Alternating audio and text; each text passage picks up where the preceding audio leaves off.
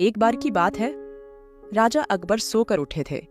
उन्हें बहुत तेज प्यास लगी थी, जिसके कारण उन्हें अपने सेवकों को पानी के लिए आवाज लगाई, लेकिन कोई भी सेवक उनके आसपास नहीं था। एक साफ सफाई करने वाला व्यक्ति राजा अकबर की आवाज सुनकर पानी लेकर आया। राजा को बहुत प्यास लगी थी, इसलिए राजा ने उस सफाई करने वाले व्यक्ति के हाथ से पानी लेकर पी लिया। दोपहर के समय राजा बहुत बीमार हो गए। उनको देखने के लिए राजवैद्य और राज पंडित भी आए। राजवैद्य की दवाई लेने के बावजूद भी राजा ठीक नहीं हुए, तो राज पंडित ने राजा को कहा कि आप पर किसी मनहूस व्यक्ति का परछावा पड़ गया है।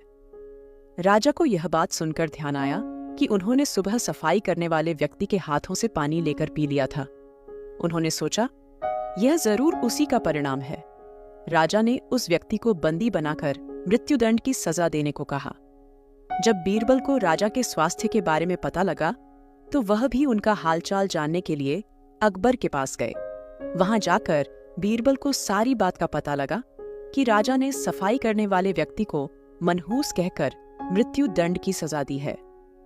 बीरबल कारावास में उसी व्यक्ति से मिलने गए और उस व्यक्ति को सांत्वना दी। बीरबल इसके बाद अकबर के पास दोबारा गए और राजा अकबर से कहा कि मैं आपको इस राज्य में सबसे मनहूस व्यक्ति के बारे में बताऊंगा, जो उस सफाई करने वाले व्यक्ति से भी मनहूस है, तो आप सफाई करने वाले व्यक्ति को छोड़ देंगे। राजा ने इसके लिए हामी भरी। बीरबल ने कहा कि राजा, आप स्वयं उस व्यक्ति से ज्यादा मनहूस है, क्योंकि उस व्यक्ति के हाथ से पानी लेकर पीने से यदि आप बीमार पड़ गए, तो उस व्यक्ति को तो सुबह सुबह आपसे मिलने से मृत्युदंड की सजा मिल गई। इससे उस व्यक्ति के लिए आप ज्यादा मनहूस हुए। बीरबल ने हिनस्ते हुए कहा कि लेकिन आप अपने आप को मृत्युदंड की सजा मत देना।